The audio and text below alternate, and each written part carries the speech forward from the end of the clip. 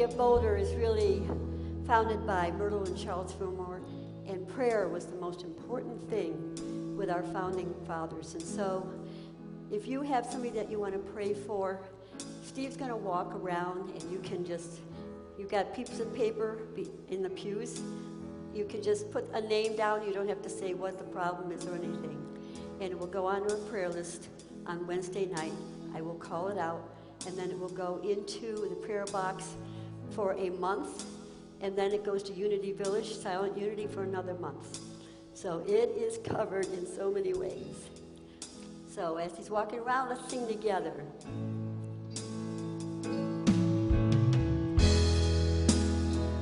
You are the air I breathe. You are the air I breathe. Your holy presence living in me. And I'm grateful for you.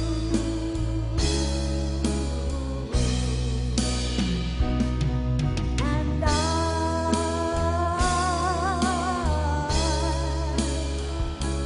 grateful for you. I want them to join me, these wonderful singers. You are the air I breathe. You are the air I breathe. Your holy presence living in me.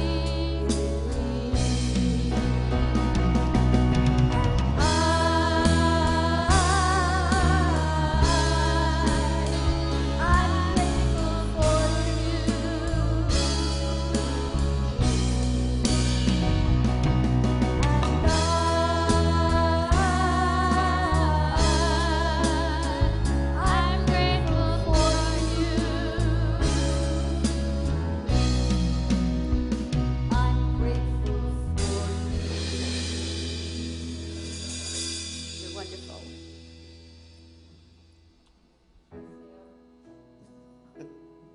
Good morning, everyone. Welcome to Unity of Boulder. Sue Hollingshead, thank you for saying hi to Sam. As I actually was just about to announce Sam and introduce him to everyone. We have a new bassist here who's joined our Unity band here. His name's Sam Fuqua. He performed wonderfully at Easter, so we decided to keep him. You passed the test. You're able to work with these guys, so cool. So welcome, Sam. Thank you very much for joining our band. Where was I? I was just saying welcome to Unity. Welcome to those of you who are here in person, those of you who are joining us online. Thank you very much. We love spending time with you. So we just did a call to prayer, and we had that guy who walked down with a box. His name is Steve Sheets. He is one of our prayer partners, and if anyone here has anything you have to, what our prayer partners are, if you have anything you'd really like to pray with someone about following this service, just stay seated in your seat, and one of our prayer partners, we've got two more sitting right over here, we got Jay and Lisa, just stay seated in your seats, and they'll come to you, and they can pray with you here or take you down to the meditation room. It's just one of the amazing things that our prayer partners do. So let's get on to some fun. I'd like to welcome back to our stage our special musicians today, John and Amy. They've been on our stage. They've played Zydeco music. They've played Irish music. I have no idea what you're going to give us today, but I'm excited, so go get them. Neither do we, Mike. No, just kidding. Thanks, everybody. Thank you so much for having us back, and we're real excited to be here, and today we're going to feature a couple of Amy's original songs, and they're going to be a sing-along as well, so. Yeah, we're going to make you work a little. So this first song is a song I wrote about those people in our lives that their love is just so impactful and influential that it never leaves us, even after they're gone or that we're apart. So the part that is the sing-along part is the chorus. So I'll just go over it super quick, and then the words will be up on the screen. If you want to sing along, that's great. If you don't want to sing along, that's great too. We won't judge, and it's just a really nice way to commemorate people that have been in your life that you miss, but you still carry with you. So the chorus goes, and I'll sing a line, and then I'll have you repeat if you want, just so you kind of get it in your head. Your love shines through every year and every step along this old road. Every year and every step along this old road. It guides me true, it guides me true. Like the night I saw you standing by the window. Like the night I saw you standing by the window. I was out there in the darkness. I was out there in the darkness. But I saw your love shine through. But I saw your love shine through. And whenever I'm alone now, and whenever I'm alone now, I imagine I'm with you. I imagine I'm with you. Okay, you ready? It's gonna be fun. Don't be nervous.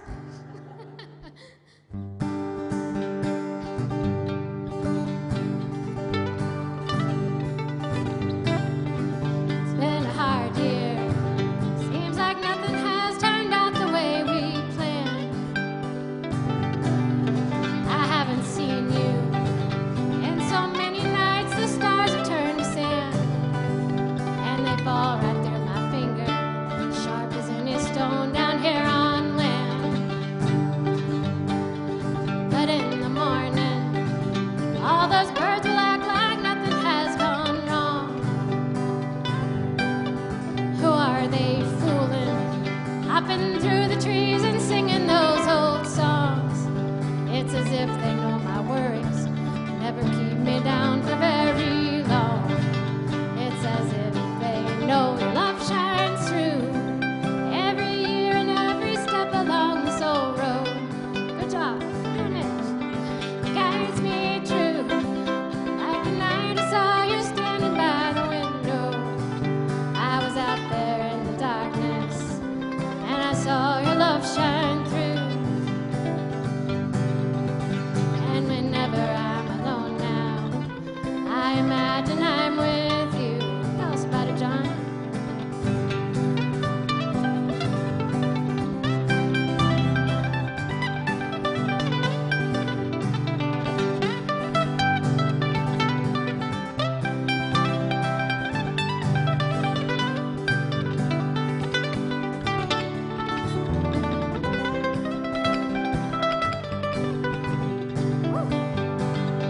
So don't you worry, these lonely nights won't swallow me for good. I'll make a new plan, and I'll hope the new plan works out like it should. But wherever that plan leads me, I'll never wander far from where we stood. Because I know your love shines through every year and every step along this old road. Guides me true back to that night I saw you standing by your window. I was out there in the darkness, and I saw your love shine through. And whenever I'm alone now, I imagine I'm with you. Let's repeat that last part. I was out there in the darkness, and I saw your love shine through. And whenever I'm alone now, I imagine I'm with you.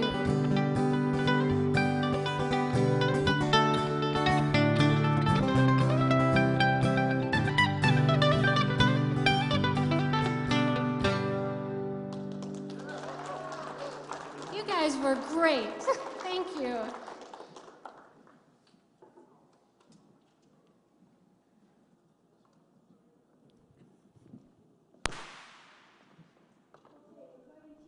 you stand, and we're going to do a chant to open you up to be receptive to what Jack is going to say. And anybody that's saying on Easter, it's possible, can come up here and sing because you know this chant. So we're going to have these wonderful people join us. Okay, now, when you bring your hands up, bring them up slowly and just feel that spirit come over you. If there's any problem in your body right now, that's going to heal you. So we're going to do it a number of times through so you really get the energy going in this room. So not only are you healing yourself with this movement, but the room is becoming a healing room for everybody. Okay, all right. I want you all, we're all equal. We let the love wash over us. We let it be. We let the love wash over us. We let it be. We let the love wash over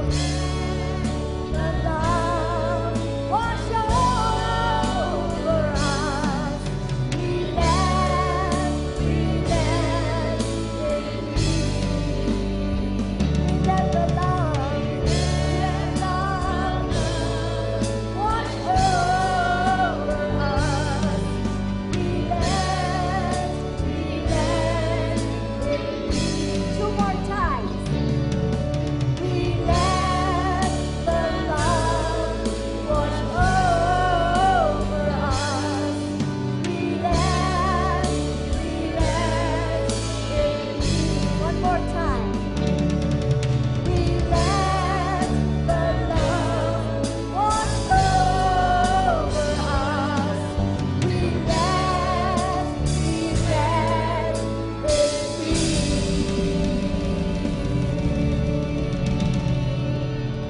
All right, now send that healing energy out to everybody.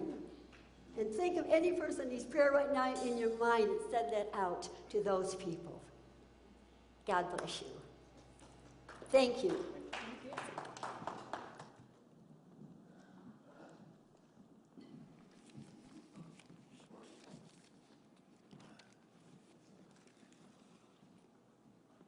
Good morning, everyone.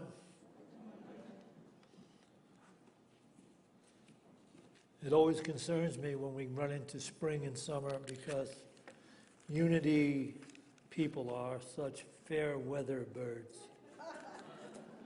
You know? Well, God bless them. Okay. People have been asking why I was not here last Sunday at my 9 a.m. service or any service. I wasn't here last Sunday because Norma and I were invited to the introductory kickoff speech by Robert Kennedy Jr. in Boston, kicking off his campaign for the presidency of the United States in 2024. And those people you see right there, beside me and with Robert Kennedy in the middle, on all the way on this side on the right is Dell, my son, who is now the creative point person on Robert Kennedy's team for the presidency. And beside him is Dell's wife, Lee. And then that's Robert Kennedy's wife, that's on his right arm. That's Norma. And that's Dell's mother-in-law, or Lee's mother, beside me, right there on the end.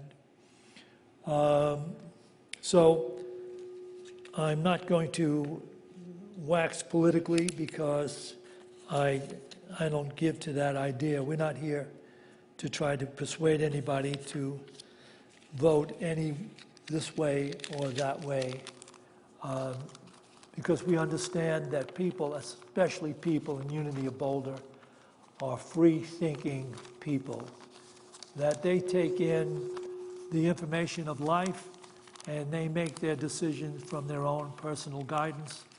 And so that's what Unity of Boulder is all about. And but this was turned out to an amazing experience for Norma and I. When we got to the place where this speech was going to take place, it's 1,000 seats in this auditorium on the mezzanine of the Plaza Hotel in Boston. And there was another close to 1,000 people in a room beside that, overflow for this occasion. Right here is the day that they were rehearsing and setting up the cameras, and Del was in charge of making sure everything was set up on that level for his grand opening speech. When we arrived, Norma and I, Norma stayed in the room to gussy up. Me, I roll out of the cab, and I went right up to the mezzanine to see everybody.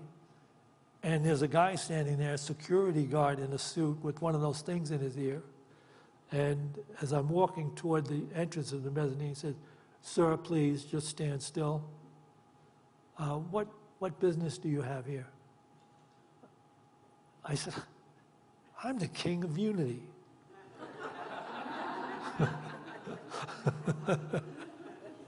So I didn't say that.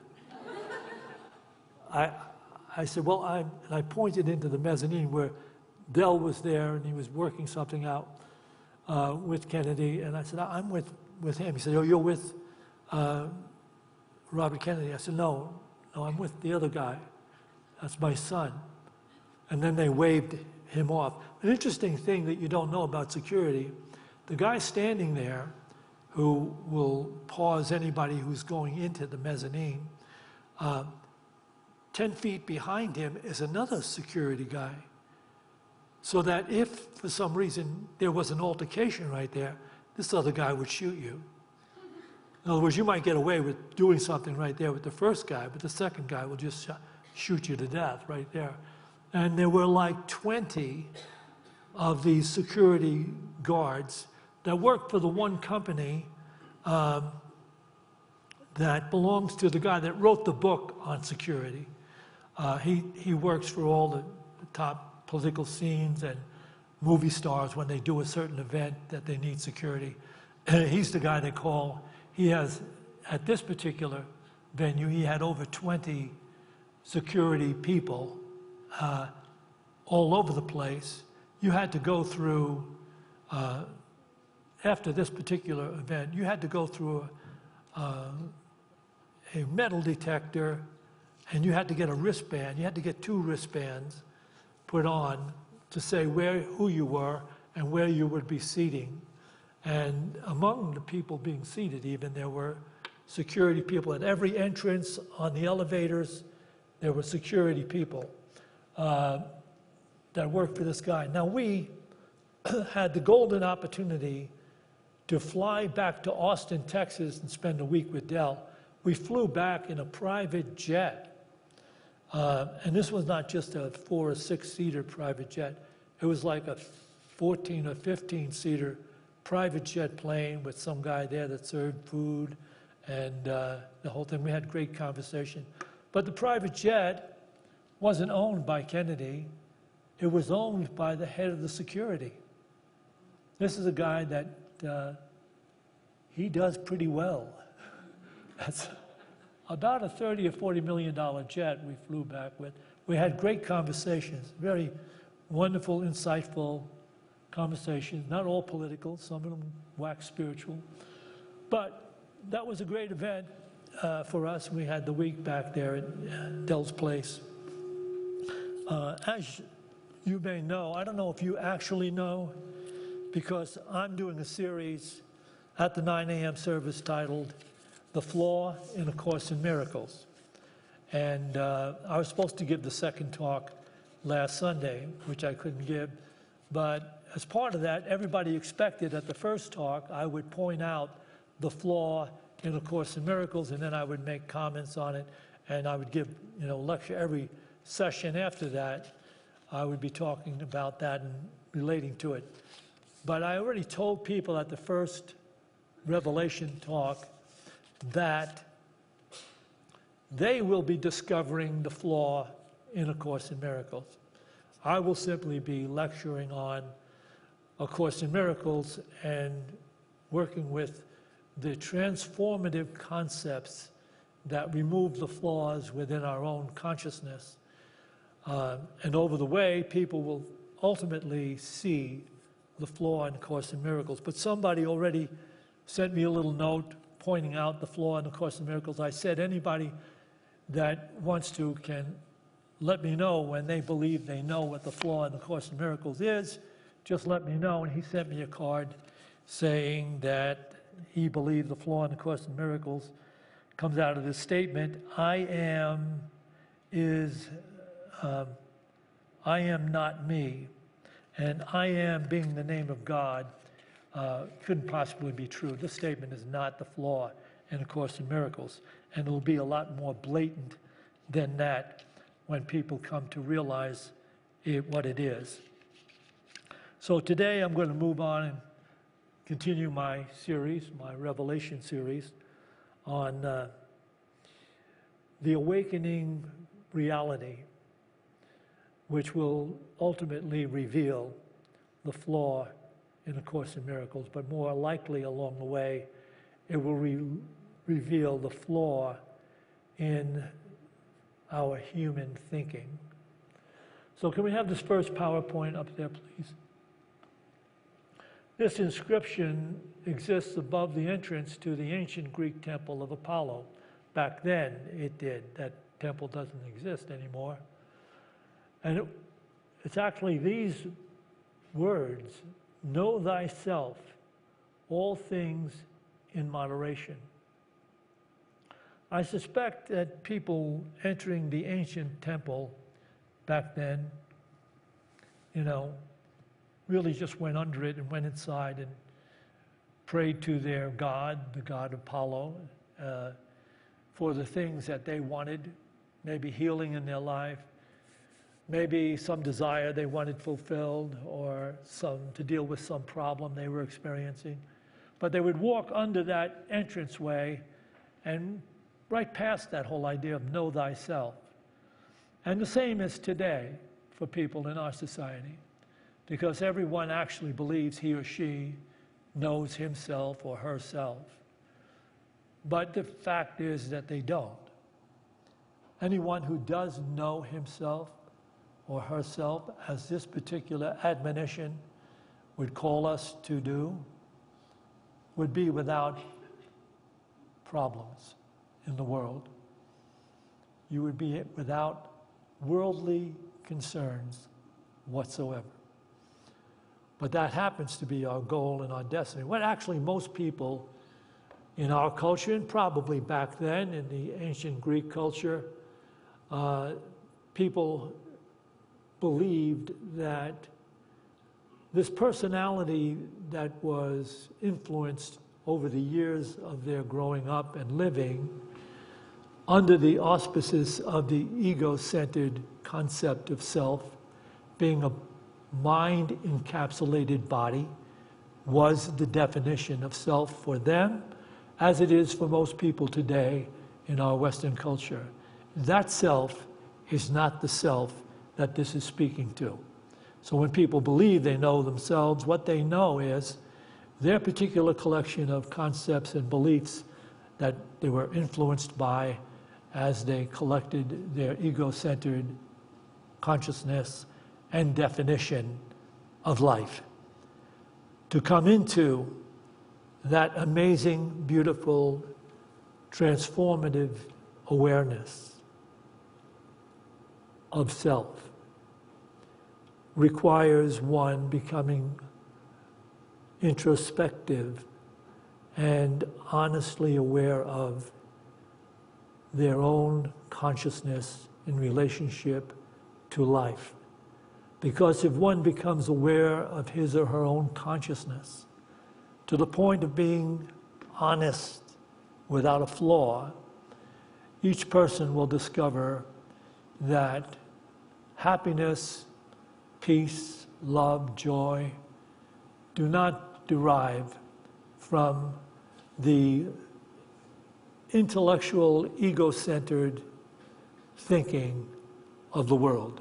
That's the thinking we were born and raised in, but it's not going to bring us the fulfillment that mankind's soul is seeking. We are seeking a fulfillment that brings us into a relationship with the creation itself. When we talk about God, for the most part, people think of God being separate and apart, even in some distant dimension somewhere, and they pray to God to intervene in the dimension in which they live. But the truth of the matter is, God is the creation ongoing. God is not separate from the creation, as people might suppose, that God created the world and then just watches over it or intercedes in the conditions of the world or people's lives if they pray effectively or if they're good enough or faithful enough. That's simply not true. It's simply not so. The truth is that God is omnipresent. That is, present in every moment, under all conditions and all circumstances. I know that the French cleric, Teilhard de Chardin, who was a noted sage, said that joy is the proof of the presence of God. That statement is not wholly true, because God is present everywhere, under all circumstances. And to make the statement true would be this: joy is the proof of the awareness of the presence of God in every person, in every place, in every condition. Because then that joy is not conditioned by the conditions or circumstances themselves. That joy is the relationship one has by being one with God. Now, the Apostle Paul, when he visited Greece, he possibly saw the Temple of Apollo, along with the other temples and shrines that the Greek people erected in relationship to the gods that they worshiped. But Paul had this to say. You can read this in the book of Acts on chapter 17, verses 22 to 28. So Paul, standing in the middle of the Acropolis, said, "People of Athens, I perceive that in every way you are very religious. For as I passed along and observed the objects of your worship, I found also an altar with the inscription, 'To an unknown God.' What therefore you worship as unknown, this I proclaim to you. The God who made the world and everything in it, being Lord of heaven and earth, does not live in shrines made by man, nor is he served by human hands, as though he needed anything, since God gives to all people life and breath and everything. And God made from one every nation to live on all the face of the earth, having determined allotted periods and boundaries of that habitation, that they should seek God in the hope that they might feel after her and find her. Yet God is not far from each one of us, for in God's presence we live and move and have our being, as even some of your poets have said, for we are indeed God's offspring." Let's take a look at that again. Had set from one all nations, that therefore all nations should, can we just bring this back to the second? Made the world and everything in it, that the Lord of heaven and earth does not live in shrines, etc., etc. He is served by human hands. God made from one all nations, that we should seek after God, that we might find God, who is the divine presence everywhere. That, by the way, is not anything but an emphatic statement. That, by the way, is the core truth of the real world. You know, A Course in Miracles speaks about the real world, entering the real world. To enter the real world, we must first take to task the limited ideas, concepts, and beliefs we have taken in from the illusionary, driven, ego-centered world, in order that we might discover from our own core nature that divine presence and intelligence that would bring us into living beautifully, effectively, harmoniously, and joyfully. That's what our calling actually is. This is an omnipresent awareness that permeates all creation. As I said in the beginning, God is not a separate creator of creation. God is the creation ongoing in every present moment, as Eckhart Tolle has to say. Can we take a look at this? From Stillness Speaks, Eckhart Tolle, page 43, paragraph 2. The now is as it is because it cannot be otherwise. What Buddhists have always known, physicists now confirm. There are no isolated things or events. Underneath the surface appearance, all things are interconnected, are part of the totality of the cosmos that has brought about the form that this moment takes. I'll read that again. That the now is as it is because it cannot be otherwise. Just meditate on that a second. The now cannot be other than that which it is. What Buddhists have always known, physicists now confirm, there are no isolated things or events. Underneath the surface appearance, all things are interconnected, are part of the totality of the cosmos that has brought about the form that this moment takes. The form that this moment takes is the now. It takes that form in every moment. And you are on the path of life, and that moment-to-moment path allows you the opportunity to awaken to what lots of people are always questioning. What is the will of God? The will of God is what Paul just said it is.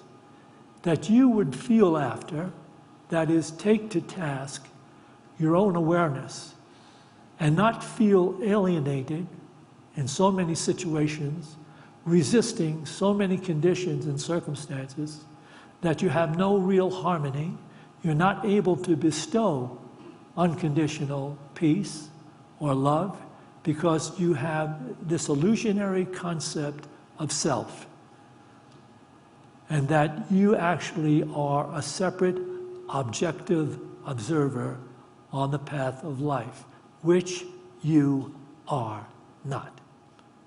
No one is, no one ever was. Because this moment is divine, its origin is divine. It is also God in creation, ongoing.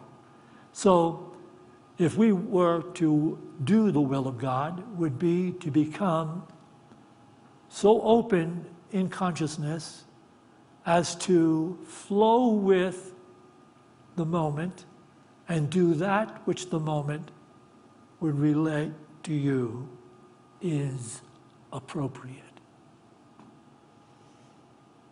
To be free and to have that love, that joy, that wholeness of mind and life is to become one with what is, to flow with the moment on your path that is revealing itself to you.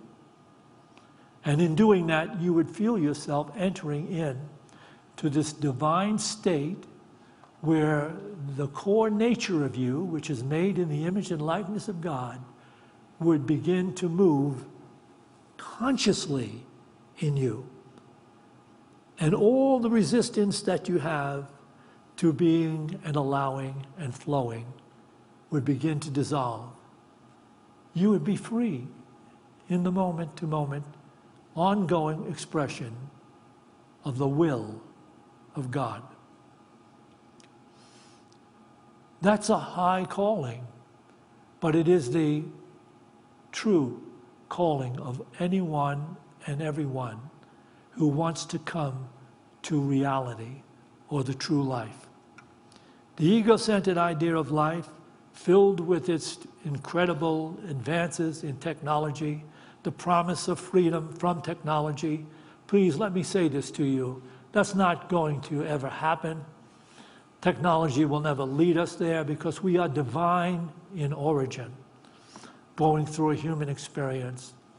And because the world now has arrived at that place where the ego-centered consciousness that defines the life we were born into, raised in, and educated in, controls conditions and circumstances. I'm reminded of a movie that was made about J.P. Morgan, the billionaire guy that, he was involved with Tesla and Edison. And Tesla actually arrived at a place where he said to J.P. Morgan, I know that we can create free energy from the noosphere surrounding the Earth, so that every person would have free energy. Can you imagine if we all had free energy and we wouldn't have to work to pay for the energy we use?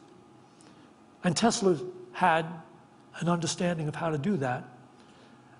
And then J.P. Morgan said to him, there's a great line in the movie, oh, okay, you want me to fund this free energy? It won't be free. Where will we put the meter? Because the only interest really in the technology everywhere is in money. Because money has become the god of the outer-directed, illusion-driven, ego-centered idea and definition of life. So there's no promises will come from that will free us. To be free is to be so free in your relationship to the moment of life as to have and allow its insight to be your guiding light, that you can, under all circumstances, be in that state of peace and joy that the masters of life talk about. That state of peace and joy are not contingent upon the circumstances in which we find ourselves. They are a given by the fact that your true nature has risen into your conscious awareness. So Eckhart Tolle, the master, modern-day master, had this as well to say. From Stillness Speaks, page 57, when you know who you truly are, there is an abiding, alive sense of peace. You could call it joy, because that's what joy is. Vibrantly alive peace. It is the joy of knowing yourself as the very life essence before life takes on form. That is the joy of being who you truly are. When you know who you truly are, there is an abiding, alive sense of peace. You could call it joy, because that's what joy is. Vibrantly alive peace. And it is the joy of knowing yourself as the very life essence before life takes on form. That is the joy of being who you truly are. This truth is corroborated throughout the New Testament. Specifically, in the book of John, it talks about, my disciples, I do not pray that you take my disciples out of the world. Where would they go, really? But I pray that you keep them from the evil in the world, that they might be in the world, but not of it. How would that happen? It means your consciousness, while you still carry on life in the physical world, your consciousness and your mind are not beholden to the changing tides and circumstances of the world. As long as we are operating from that illusionary idea of being separate from God, each of us operating from his ego-centered consciousness, conditioned by the personal beliefs and concepts we were exposed to in our lives, as long as we're operating from that, each person, you right now, are only being defined by the conditions and circumstances on your path of life. They are defining you. They will toss you to and fro this way and that way in relationship to as to whether they're meeting your personal expectations, desires, and demands, or whether they're not. And that is not freedom, that is suffering moment to moment to moment. Our calling is to recognize that the thinking of the world is flawed and cannot deliver happiness, peace of mind, joy, insight, love. Can't happen. If you want it, you'll have to take to task your own awareness. You'll have to be involved in spiritual practice so that you can bring your consciousness into the revelation of the present moment, which is what it is because it cannot be otherwise.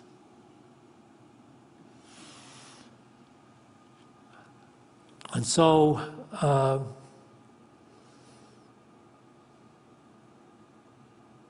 I want to share with you just another section of A Course in Miracles. Can we have this next PowerPoint? When you think about A Course in Miracles and what it would take, 7 years of your life, the author of A Course in Miracles, Helen Schuckman, worked at this Columbia University hospital. And she had reached such a point of desperation in working with the patients in that hospital who were suffering from mental aberrations, disturbances, etc.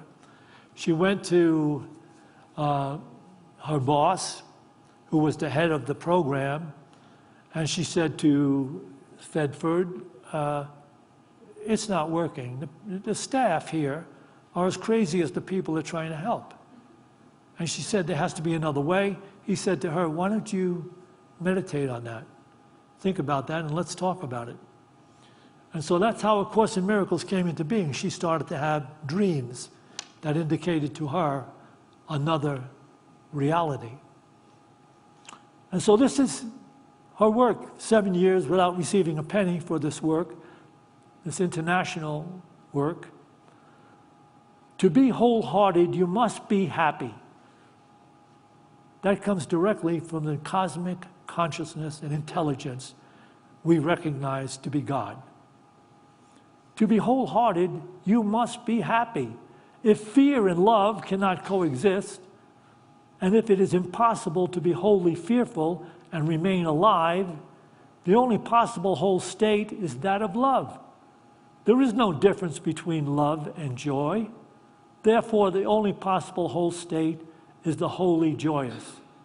To heal or to make joyous is therefore the same as to integrate and to make one. We'll leave it there because I want to focus on that whole line.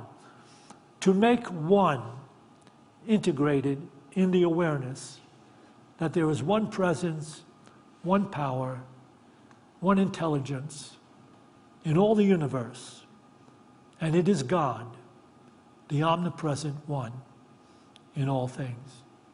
So that is where we must go to have the illusions we have lived by that have denied us peace of mind, denied us happiness, denied us joy, and denied us true love.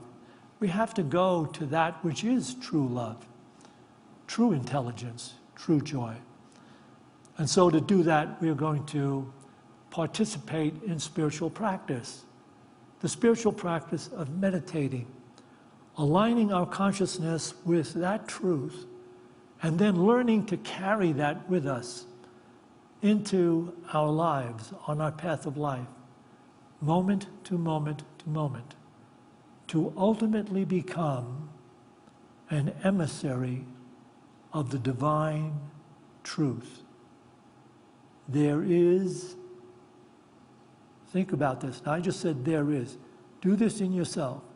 Say within yourself, there is only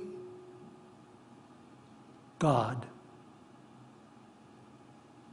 And we're going to meditate together. Going to have Larry back out here and Norma. I'll begin by this meditation by reading to you a very appropriate daily word, and then I will lead a guided meditation from that.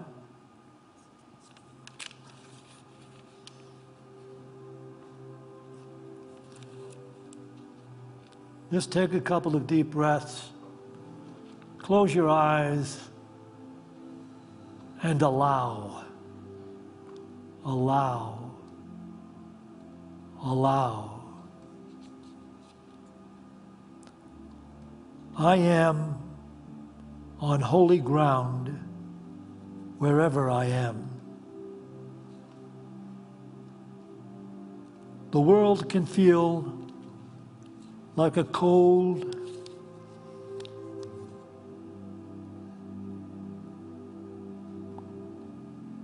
place. I may feel alone. The presence of God far away. At these times, I remind myself there is nowhere I can be where God is not. I shift my perspective. I do not seek the presence of God. I find the presence of God on the soft breeze that caresses my face, in the sunlight that warms my skin, and in the sights and sounds that delight me and help me feel more alive. I find the presence of God in each person I encounter, just as I find it in and as myself. Finding God everywhere and in everything makes the world feel vibrant and alive, warm and welcoming. The world has not changed, but I have. This world, its magnificent creations and people are all wonderful, beautiful, holy, sacred.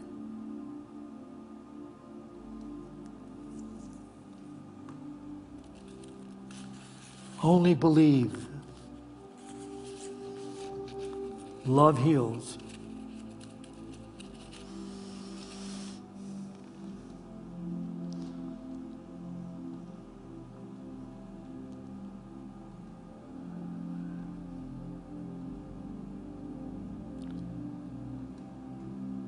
Just breathing is a miracle, a gift. Breathing can be a prayer, a mantra, when confronted by challenging circumstances. Just breathing, remembering to breathe, can open a pathway to the presence of God. Just breathing is a miracle.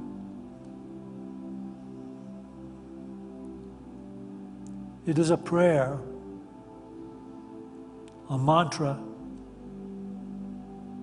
a pathway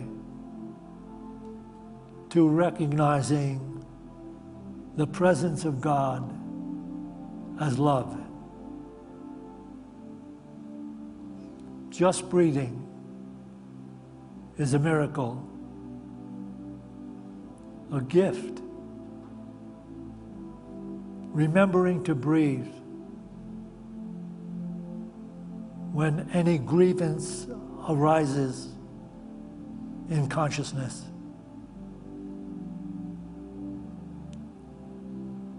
Just breathing can be the prayer that opens the way to the presence of healing peace and healing love. Just now, as you breathe, imagine your body as a complete vacuum. The breath as a refined golden etheric light, filling your body from the tips of your toes to the top of your head. As you release the breath, feel that golden light being released through the pores of your body. Breathing in the refined golden light of life, it filling your body from the tips of your toes to the top of your head. It releasing the shadows of concern and fear, releasing that breath through the pores of your body, releasing the light into the world. Breathing in the refined golden light of life.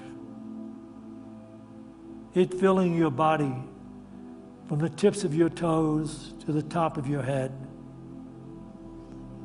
It healing the inharmonies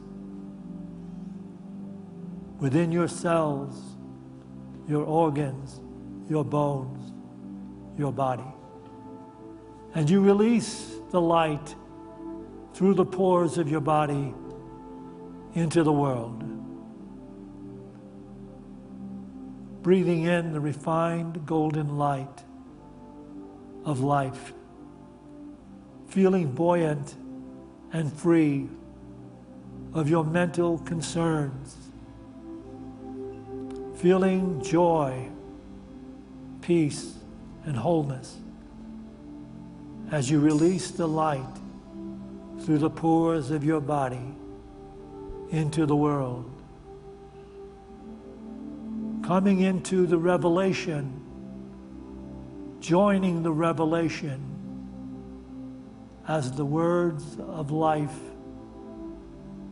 speak down through the ages. You are the light of the world. Let your light so shine as forgiveness and love and peace that others may recognize the presence of God in you and seek the presence of God in themselves. You are the light of the world.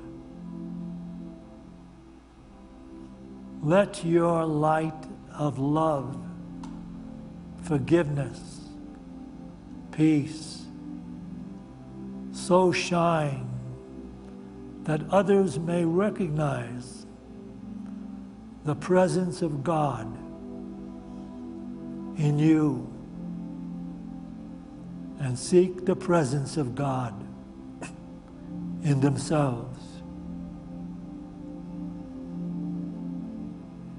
Be still and know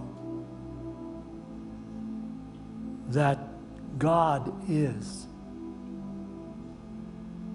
now and forever.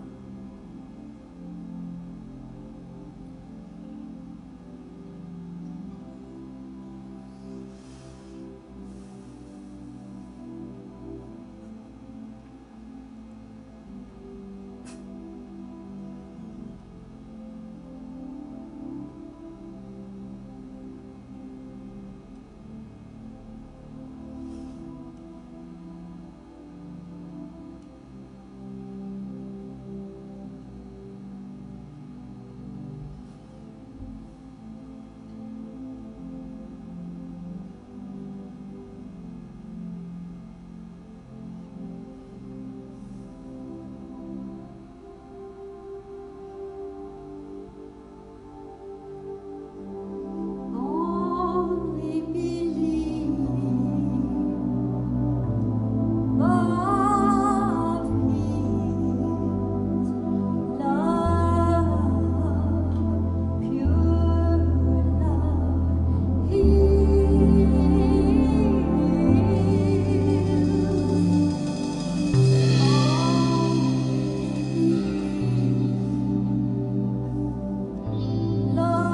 Love heals. Love, pure love heals.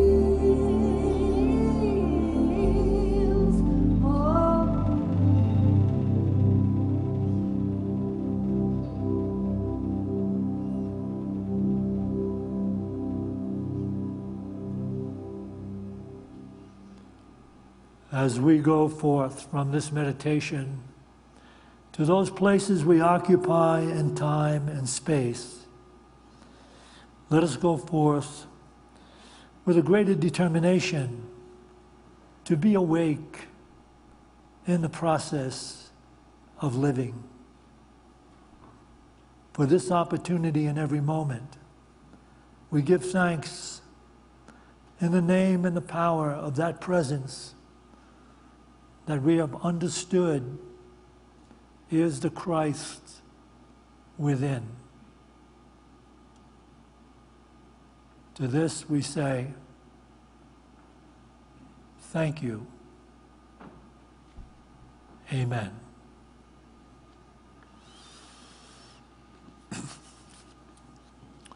We will take an offering for unity now. Can I give a little spiel before we Oh, do that's that? right. Yes, you can. Go right in. I forgot about that. You know, I appreciate that, and you should stay here and listen to this, that unity is always reminding us, like you said, that wherever we are, God is. So next time I hit the security person, like if I go to some famous event and they say, stand still, what is your purpose here? I'm going to say, I am here to know myself and trust myself in the flow of spirit. And then I'll probably be taken away.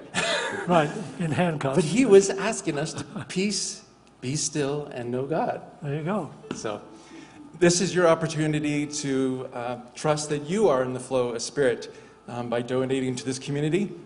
And one way that's not listed there that would really help us out is spread this message to a friend. Invite people here. We want this community to expand and shine even brighter. So bring your friends in. All right. So, as we take our offerings in our hands, here in the sanctuary and you watching this on live stream can bring to mind that gift you'd like to make to Unity financially, let's bless these gifts with this offering prayer. Divine love, through me, blesses and multiplies all that I have, all that I give, and all that I receive, because I give. And so it is. Amen. Okay, over here. And we have the opportunity to listen to our guests share their incredible music with us once again. Thank you, Jack. I'm so grateful to be here. Really, nowhere else could you hear a message like that this morning, just about anywhere. So it's an honor to be here and share in that.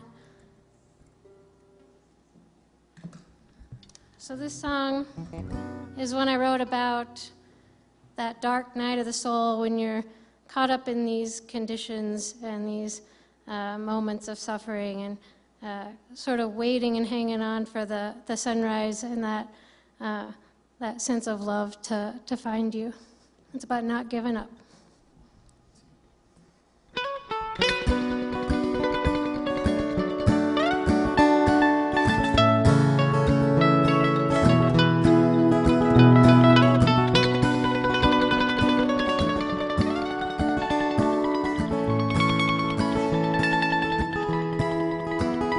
When you're barely hanging on, and the night it seems so long, there's not another soul around to see you going down.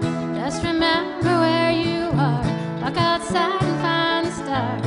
Look back along the path you walked, you've come so very far. Don't stop now. Nothing hours and dawn will warm your face, pull you from the ground. Don't stop now. Another sunrise waits to light your way, shine His mercy down. Don't stop now.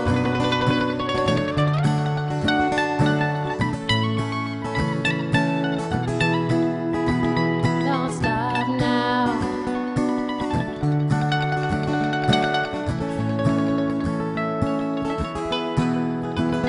There's no easy way to say it. Sometimes life is hard to bear. It's hard to see a future out beyond the dark despair. But a future's out there waiting, with a beauty fierce and bright. And you'll never know how wonderful it is until first light. Don't stop now. A few more hours and dawn will warm your face, pull you from the ground. Don't stop now. Another sunrise waits to light your way, shine His mercy down. Sing with me. Don't stop now. A few more hours and dawn will warm your face, pull you from the ground. Don't stop now. Another sunrise waits to light your way, shine His mercy down. Don't stop now. A few more hours and dawn will warm your face and pull you from the ground. Don't stop now. Another sunrise waits to light your way, shine its mercy down. Thank you.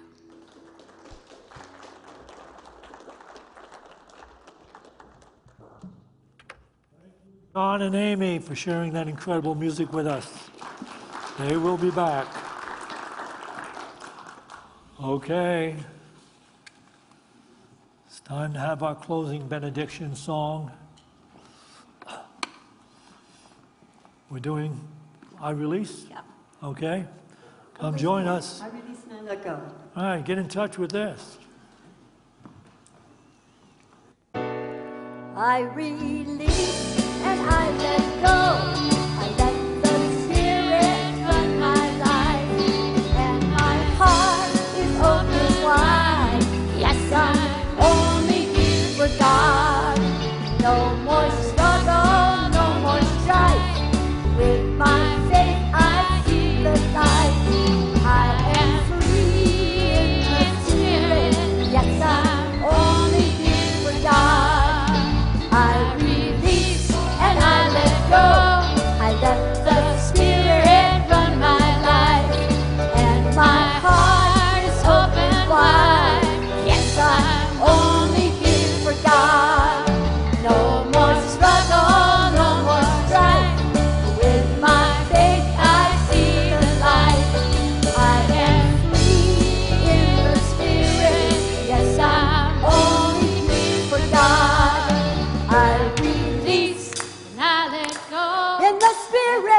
spirit of my life. And my heart. My heart is open wide. Yes, I'm only here for God. No more struggle, no more strife.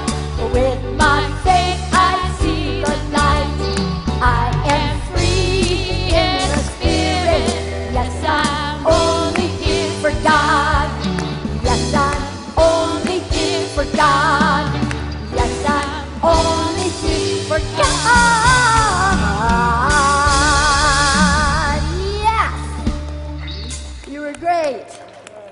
Now sing Peace on Earth. Here we go. Let there be peace on earth, and let it begin with me.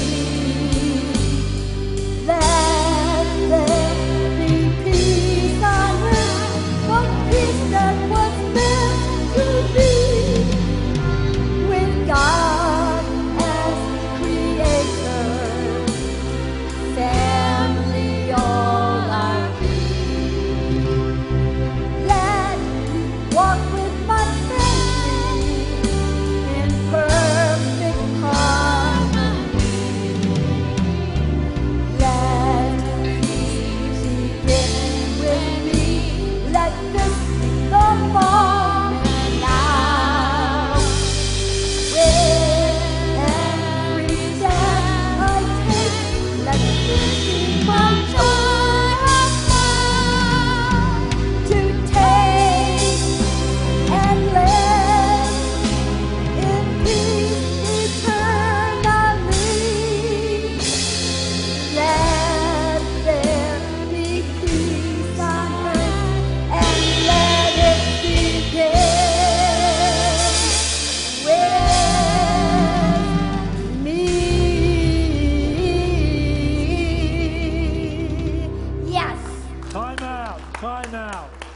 I just want to say that when I talk that I'm doing a series of talks on the flaw in Course in Miracles, don't even think about showing up at the 9 a.m. service because you're interested in finding out the flaw in the Course in Miracles.